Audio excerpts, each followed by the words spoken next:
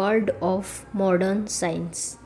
In April 1973, during a long morning walk at Venice Beach in Los Angeles, Srila Prabhupada turned to the subject of modern science and scientists.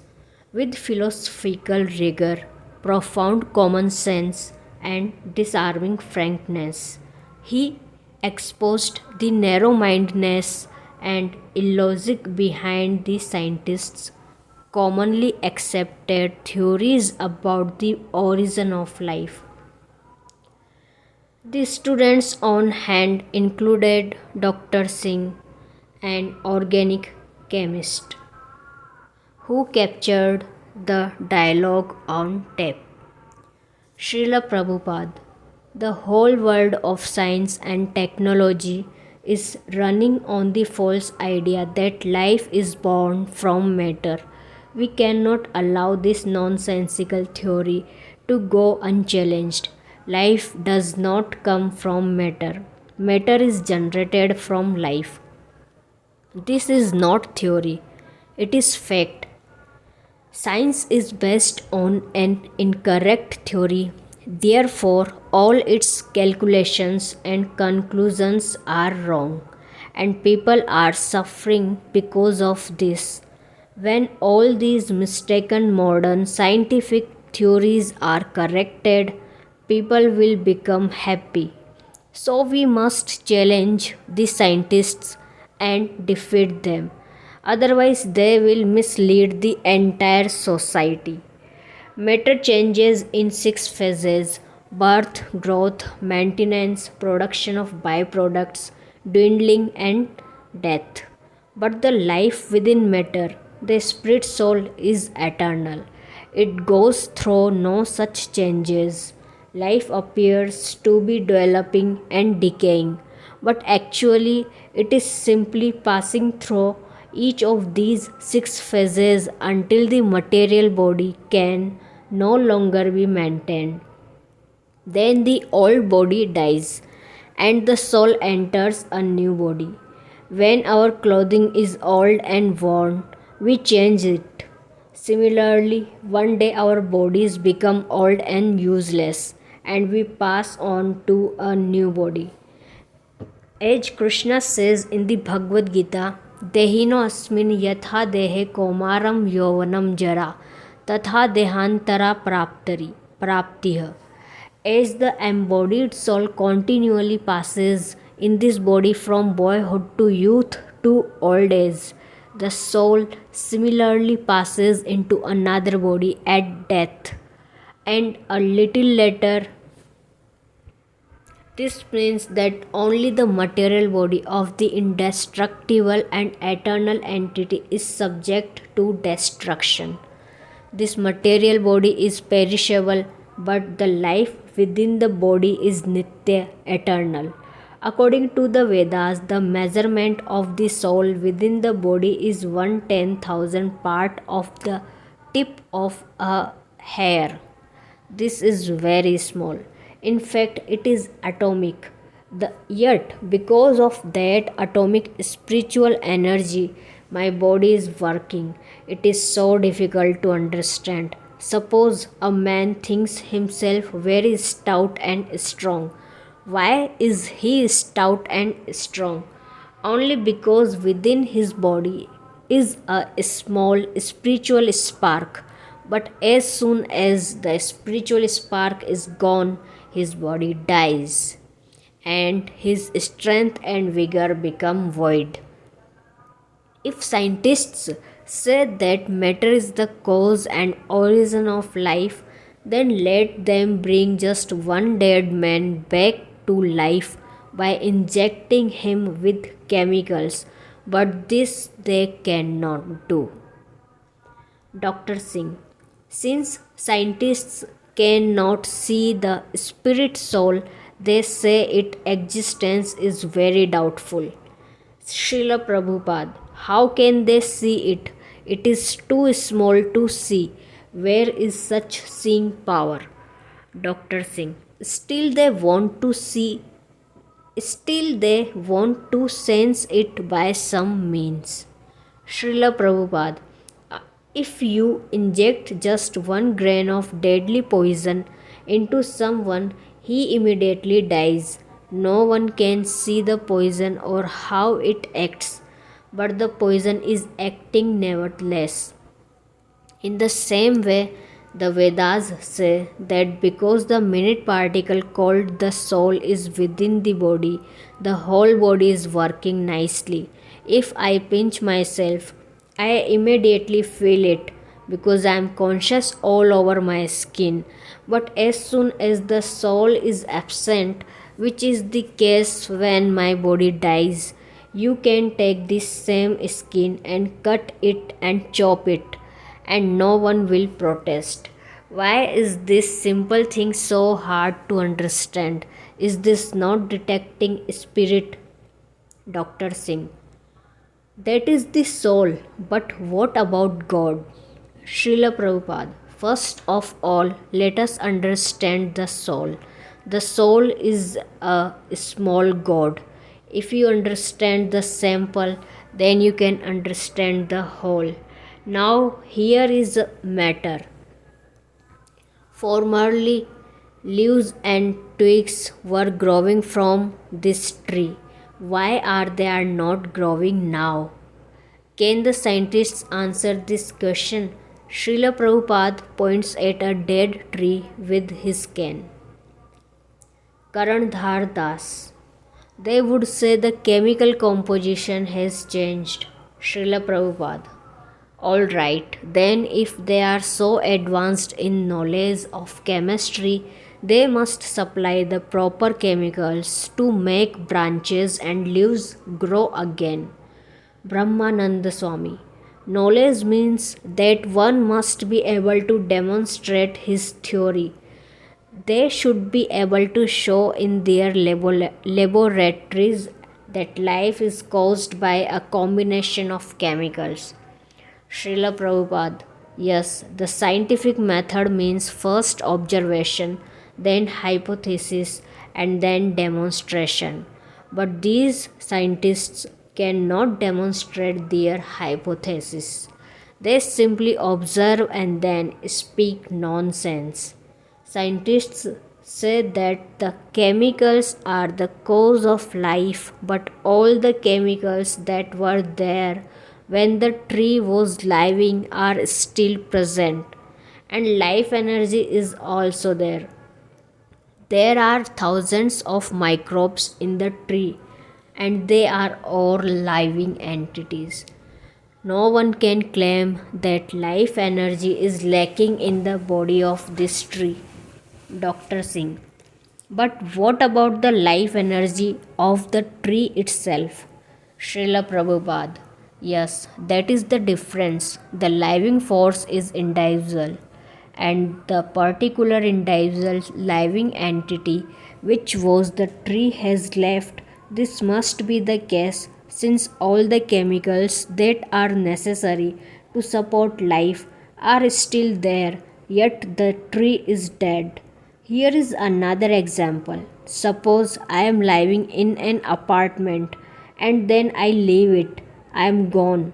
But many other living entities remain there, ants and spiders and so forth. It is not true that simply because I have left the apartment, it can no longer accommodate life. Other living entities are still living there.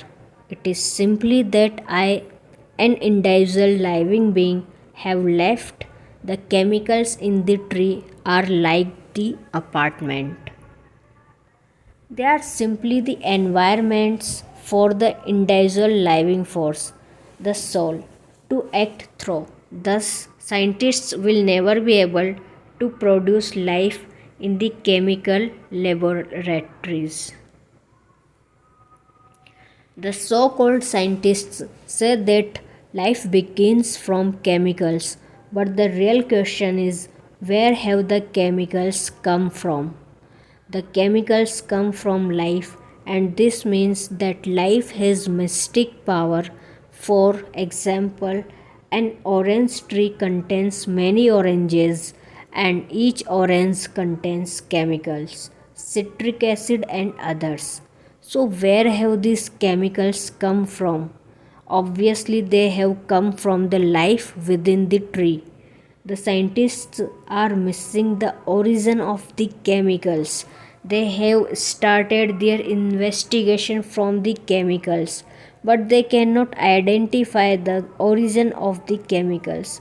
Chemicals come from the supreme life, God. Just as the living body of a man produces many chemicals, the supreme life is producing all the chemicals found in the atmosphere, in the water, in humans, in animals, and in the earth. And that is called mystic power. Unless the mystic power of the Supreme Lord is accepted, there is no solution to the problem of the origin of life. Dr. Singh. The scientists will reply that they cannot believe in mystic power. Srila Prabhupada. But they must explain the origin of the chemicals. Anyone can see that an ordinary tree is producing many chemicals. They cannot deny it. But how does it produce them? Since they cannot answer this, they must accept that the living force has mystic power. I cannot explain how my fingernail is growing out of my finger. It is beyond the power of my brain. In other words, it is growing by inconceivable potency or achintya shakti. So, if achintya shakti exists in an ordinary being, imagine how much achintya shakti God possesses. The difference between God and me is that although I have the same potencies as God, I can produce only a small quantity of chemicals, whereas He can produce enormous quantities. I can produce a little water in the form of perspiration, but God can produce the seas. Analysis of one drop of sea water gives you the qualitative analysis of the sea without any mistake.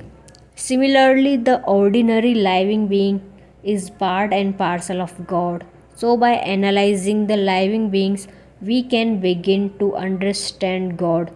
In God, there is great mystic potency. God's mystic potency is working swiftly, exactly like an electric machine. Machines operate by certain energy, and they are so nicely made that all the work is done simply by pushing a button. Similarly, God said, "Let there be creation," and there was creation. Considered in this way, the workings of nature are not very difficult to understand. God has such wonderful potencies that the creation on His order alone immediately takes place. Brahmananda Swami. Scientists don't accept God or Achintya Shakti. Srila Prabhupada. That is their rascaldom. God exists and His Achintya Shakti also exists. Karandhar Das. Scientists say that life was created biochemically. Srila Prabhupada. And I say to them, why don't you create life? Your biology and chemistry are very advanced. So why don't you create life? Karandhar Das. They say that will create life in future. Srila Prabhupada. When in the future?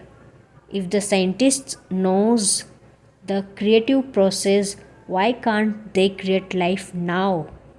If life has biochemical origin and if biologists and chemists are so advanced, then why cannot they create life in their laboratories?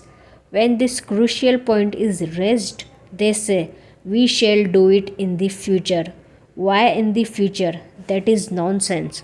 Trust no future, however pleasant. What is the meaning of their advancement? They are talking nonsense. Karandhar Das. They say that they are right on the verge of creating life, Srila Prabhupada, but that is also the future in a different way. They must accept that they still do not know the truth about the origin of life. Since they are expecting to be able to create life in the future, presently their knowledge must be imperfect. Their proposal is something like giving someone a post dated check. Suppose I owe you $10,000 and I say, yes, I will pay you the entire sum with this post dated check. Is that alright? If you are intelligent, you will can see something tangible. Similarly, the scientists cannot produce even a single blade of grass by biochemistry. Yet still they claim that life is produced from matter. What is this nonsense? Is no one questioning this? We can prove that life began from life. Here is the proof. When a father begets a child, the father is living and the child is living. But where is the scientist's proof that life comes from matter? We can prove that life begins from life, and we can also prove that the original life is Krishna. But what evidence exists that a child is ever born out of a dead stone? The scientists cannot prove that life comes from matter. They are leaving that aside for the future. Karandhar Das. The basis of what the scientists call scientific integrity is that they talk only about what they can experience through their senses. Srila Prabhupada. Then they are suffering from what we call Dr. Frog's philosophy. There was once a frog who lived all his life in a well. One day a friend visited him and informed him of the existence of the Atlantic Ocean. Oh, what is this Atlantic Ocean? Asked the frog in the well. It is a vast body of water, his friend replied. How vast? Is it double the size of this well? Oh no, much larger, his friend replied. How much larger? 10 times the size. In this way, the frog went on calculating.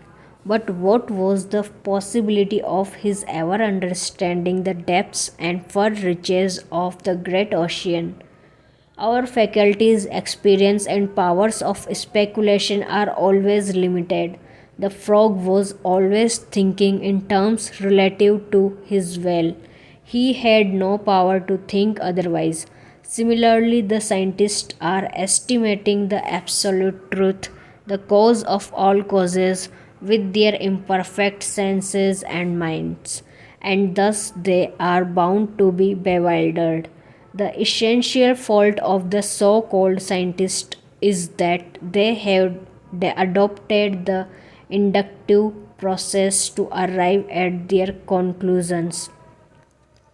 For example, if a scientist wants to determine whether or not man is mortal by the inductive process, he must study every man to try to discover if some or one of them may be immortal. The scientist says, I cannot accept the proposition that all men are mortal. There may be some men who are immortal. I have not yet seen every man. Therefore, how can I accept that man is mortal? This is called the inductive process. And the deductive process means that your father, your teacher, or your guru says that man is mortal and you accept it. Dr. Singh, so there is an ascending process of gaining knowledge and a descending process.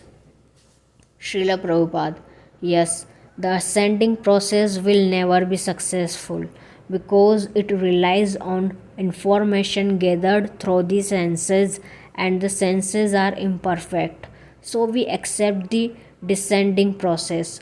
God cannot be known by the inductive process. Therefore, he is called Adokshaja, which means unknowable by direct perception. The scientists say there is no God because they are trying to understand by direct perception. But he is Adokshaya. Therefore, the scientists are ignorant of God because they are missing the method of knowing Him. In order to understand transcendental science, one must approach a bona fide spiritual master, hear from him submissively, and render service to him. Lord Krishna explains this in the Bhagavad Gita. Tad vidhi pranipatena pariprashanena sevaya. Dr. Singh, there is a scientific journal called Nature. It contains articles concerning natural products like plants and animals, but it does not mention God, only nature. Srila Prabhupada, we may correctly observe that plants are being produced by nature, but we must ask, what has produced nature? To ask this question is intelligence. Dr. Singh, the scientists don't think about that. Srila Prabhupada. So they are fools. As soon as we speak of nature, the next question should be whose nature? For instance, I speak of my nature and you speak of your nature. Therefore, as soon as nature is mentioned, the next enquiry should be whose nature? Nature means energy, and as soon as you speak of energy, you must accept that there is a source of that energy. For example, the source of electric energy is the electric powerhouse. Electricity is not produced automatically. We must install a powerhouse and a generator. Similarly, in the Vedas, it is said that material nature is working under Krishna's direction. Dr. Singh. So, do you mean to say that science has started from an intermediate point, not from the original point? Srila Prabhupada, yes, that is it exactly. They are ignorant of the origin. The scientist starts from one point, but where does that point come from? That they do not know. In spite of vast research, one has to accept that the original source is God, who is full of all mystic powers and from whom everything emanates. He himself says in the Bhagavad Gita, Aham sarvasya prabhavo matta sarvam pravartate. I am the source of all spiritual and material worlds. Everything emanates from me. Our conclusions are not based on blind faith, they are most scientific. Matter comes from life. In life, in the origin, there are unlimited material resources. That is the great mystery of creation. Modern scientific research is just like Sankhya philosophy, which analyzes material elements. Sankhya means to count. We are also Sankhya philosophers to some extent because we count and analyze the material elements. This is land, this is water, this is air, this is sunshine, this is fire. Furthermore, I can count my mind, my intelligence, and my ego. Beyond my ego, however, I cannot count. But Krishna says that there is existence beyond the ego, and that existence is the living force, the spirit soul. This is what the scientists do not know. They think that life is merely a combination of material elements, but Krishna denies this in the Bhagavad Gita. Besides this inferior nature, there is a superior energy of mind. The inferior energy is the material elements, and the superior energy is the living entity. Bhumir apo nalor vayu kha mano buddhi revacha ahakara इत्या में भिन्न प्रकृति the earth, water, fire, air, ether, mind, intelligence, and false ego, all together, these at comprise my separated material energies. Krishna explains here in the Bhagavad Gita that Vayu, gas, comes from him, and that finer than the gases is Kham, ether. Finer than ether is the mind, finer than the mind is intelligence, and finer than the intelligence is the soul. But the scientists do not know this. They can perceive only gross things. They mention Vayu, but where does the Vayu comes from? Where does the gas come from, Dr. Singh? That they cannot answer. Srila Prabhupada, but we can answer. We have the knowledge that gas comes from kham or ether, and ether comes from mind. Mind comes from intelligence, and intelligence comes from spirit soul. And soul comes from superior energy, the spirit soul. Dr. Singh. Are both inferior and superior energies studied in Sankhya philosophy? Srila Prabhupada, no. Sankhya philosophers do not know of superior energy. They simply analyze the material elements just as the scientists do. Neither the scientists nor the Sankhya philosophers know anything of the spirit soul. They are simply analyzing Krishna's material energy. Dr. Singh, they are analyzing the creative material elements. Srila Prabhupada, material elements are not creative. The soul creative. No one can create life with only matter. And matter cannot create itself. You, a living entity, can mix hydrogen and oxygen to create water, but matter itself has no creative energy. If you place a bottle of hydrogen near a bottle of oxygen, will they automatically combine without your help? Dr. Singh, no, they must be mixed. Srila Prabhupada, yes, the superior energy, the living entity, is required. Oxygen and hydrogen are inferior energy, but when the superior energy mixes them, then they can become water. Inferior energy has no power unless superior energy is involved. This sea, indicating the Pacific Ocean, is calm and quiet, but when superior force air pushes it, high waves are created. The sea has no power without the superior force. Similarly, there is another force superior to the air, and another until we arrive at Krishna, the most superior force. This is real research. Suppose a railroad train is just starting to move. The engine pushes one car, which pushes another, and so on until the entire train is moving.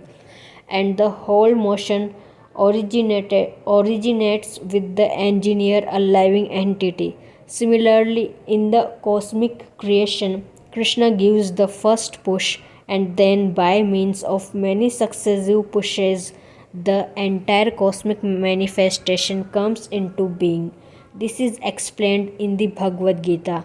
Maya adhyakshena prakriti suyate sacharacharam. This material nature is working under my direction, O son of Kunti, and is producing all moving and unmoving beings.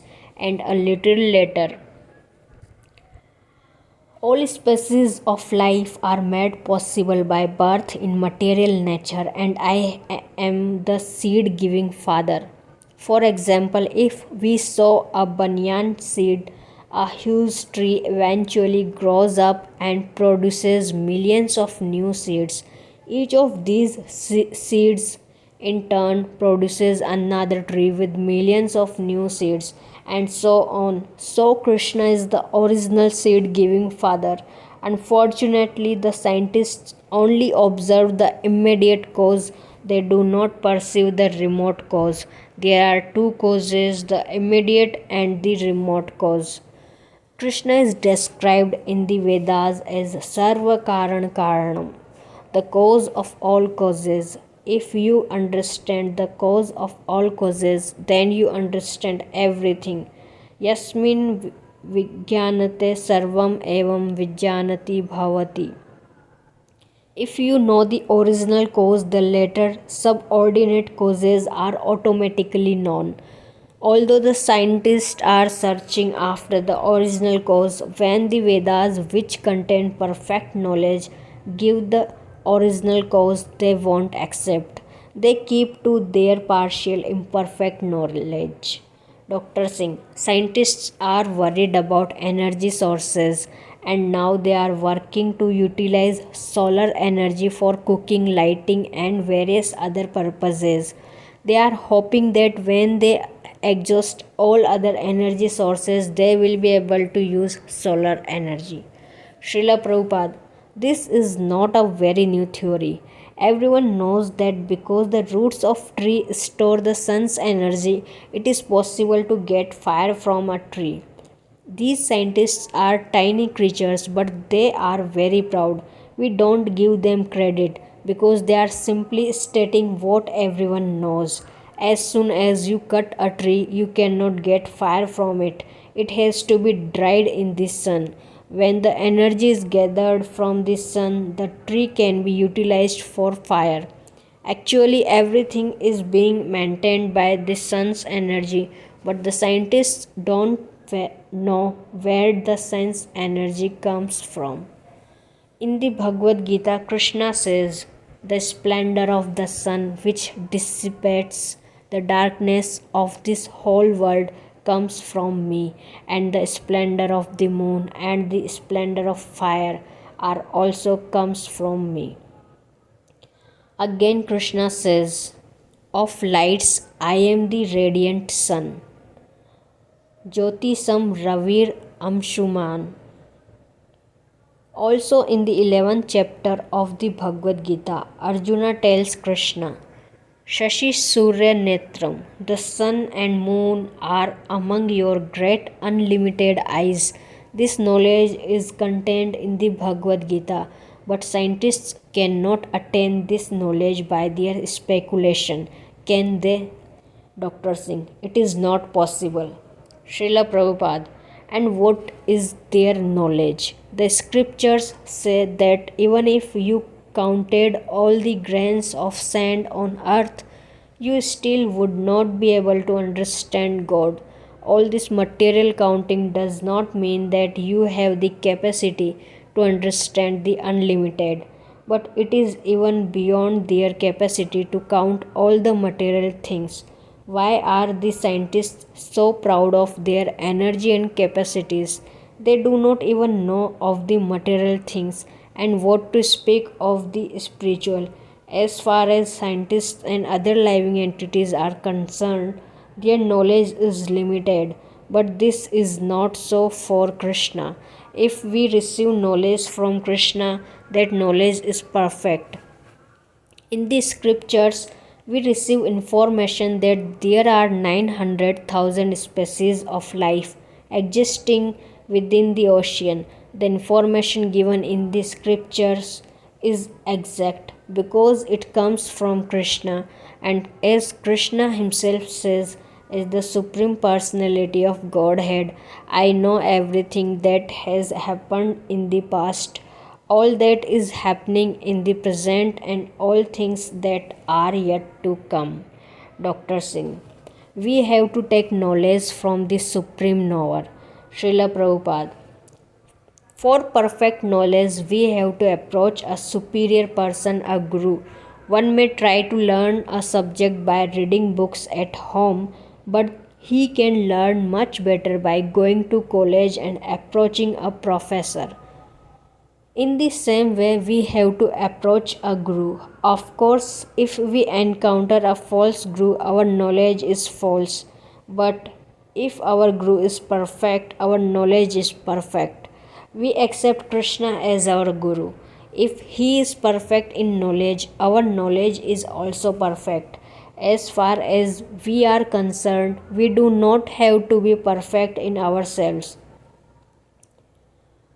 But if we receive knowledge from the perfect, our knowledge is perfect. We cannot say that we understand that there are 900,000 species of life in the ocean because we have studied the entire ocean. Rather, we say that we take this information from scriptures and therefore it is perfect. This is the Vedic process. Scientists may carry out much research work, but however great a scientist may be, his senses are imperfect. Therefore, he cannot have perfect knowledge. What is the value of our eyes? We cannot see without sunlight, nor can we see small things without a microscope. Our eyes are imperfect, and the instruments our eyes have discovered are also imperfect. How then it is possible to get perfect knowledge? Because the living entity is limited, his knowledge is limited. A child may know that 2 plus 2 equals 4, but when he speaks of higher mathematics, we do not take him seriously. The senses through which a scientist acquires knowledge are limited and imperfect. Therefore, knowledge is limited and imperfect. In his ignorance, he may claim to know everything, but that is simply nonsense. A blind man may lead another blind man, but what does it avail them when they both fall into a ditch? The laws of nature bind us hand and foot. Yet we think we are free to speculate. This is illusion. Although conditioned by so many of nature's laws, the rascals think they are free. Yet if there is a cloud, they cannot see the sun. What power have we to see? Only when nature's laws gives us some facility are we able to see. Indeed, we can only experiment under certain conditions, and if the conditions are not favorable, our experiments fail. Why then are we so proud of experimental knowledge? Why experiment? Things are already there. The sun's energy is there, given by God for us to use. What else is there to know? So many apples fall from trees. What further need is there to explain the law of gravity? Actually, the scientists are lacking in common sense. They are simply concerned with scientific explanations. They say the law of gravity works under certain conditions. But who has made these conditions? When Krishna appeared as Lord Ramchandra, he threw stones on the water and the stones floated. The law of gravity did not work in that case. Therefore, the law of gravity works only under the direction of the Supreme Lord. The law in itself is not final. A king may give a law, but he can change that law immediately. The ultimate lawgiver is Krishna, and a law will only work by his will. Scientists try to explain God's will in so many ways, but because they are conditioned by Maya illusion, they can only talk like a person haunted by ghosts. Tell me what is the scientific explanation that accounts for all the varieties of trees. Karandhar Das. They say that nature mutates and makes these varieties. Srila Prabhupada. Then it must be nature's will. And what is that will? Does the land have any will? Karandhar Das. Well, they are very vague on that point. Srila Prabhupada. That means they do not have perfect knowledge. They do not know that behind nature is the will of Krishna. Dr. Singh. They explained that the chemical composition of these different plants is different. Srila Prabhupada. That's all right. But who made these chemical compositions? As soon as you say chemical composition, you immediately require a god. Karandhar Das. They say there is no need for a god because if you mix two chemicals together, Srila Prabhupada, God or not, there must be some will, there must be some consciousness. Two chemicals mix and produce such and such. Who mixes them? Consciousness is there. Well, that consciousness is Krishna. There is consciousness everywhere, and as soon as you accept that consciousness, you must accept consciousness as a person. Therefore, we speak of Krishna consciousness. In the Bhagavad Gita, it is stated that consciousness is all pervading. You may have consciousness and I may have consciousness, but there is another consciousness which is all pervading. My consciousness is limited to my body, and your consciousness is limited to yours, but there is another consciousness which is within you, me, and everyone, that is Krishna consciousness. Actually, everything in the world is relative. That is scientific fact. Our bodies, lives, intelligence, and everything else are all relative. To us, an ant may seem to have a very short life, but for the ant, his life is about 100 years in duration. That 100 years is relative to the body. Similarly, Brahma, who lives fantastically long from our point of view, only lives 100 years from his point of view. This is his relativity. Karandhar Das. Then the relativity is based upon our individual situation. Srila Prabhupada. Yes. Therefore, it is said that what is food for one is poison for another. People are thinking that because they cannot survive on the moon, no other living entities can. Everyone thinks of things in a relative way, in his own terms. This is the meaning of frog's philosophy. The frog is always thinking of things in relation to his well. He has no power to conceive of the Atlantic Ocean because his well is only experience. God is great, but we are thinking of God's greatness in our own terms, in terms of relative greatness. Some insects are born at night, they grow at night, have their children at night, and die at night. They never see the sun, therefore, they conclude that there is no such thing as day. If you ask the insect about the morning, he would say there cannot be any morning. Similarly, when people hear of Brahma's long duration of life from the scriptures, they do not believe. They say, how can anyone live for such a long time? In the Bhagavad Gita, Krishna states, Shahasra Yug Parayantam Ahar Yad Brahma Vidhu Ratri Yuga Sahasraranta Te Horatra Vidhu Jana. By human calculation, 1,000 asses taken together is the duration of Brahma's one day, and such also is the duration of his night. Thus, Brahma, by these calculations, lives for so many millions and trillions of years. We cannot believe this, although evidence is given in the scriptures.